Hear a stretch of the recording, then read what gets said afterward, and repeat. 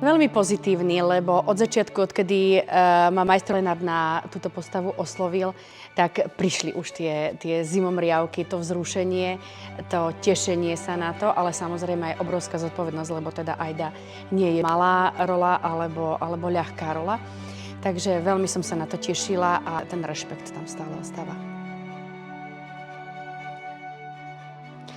Mení, lebo zrejme my ako ľudia, ako osobnosti, aj hlas, tak samozrejme, že zo začiatku som ju vnímala ako lyrickú, úžasnú bytosť, ktorá žije a zomiera pre lásku, ale potom príde tam aj zodpovednosť, kedy ona musí sa rozhodovať medzi zodpovednosťou a láskou a to nie je ľahké a to je aj v živote tak.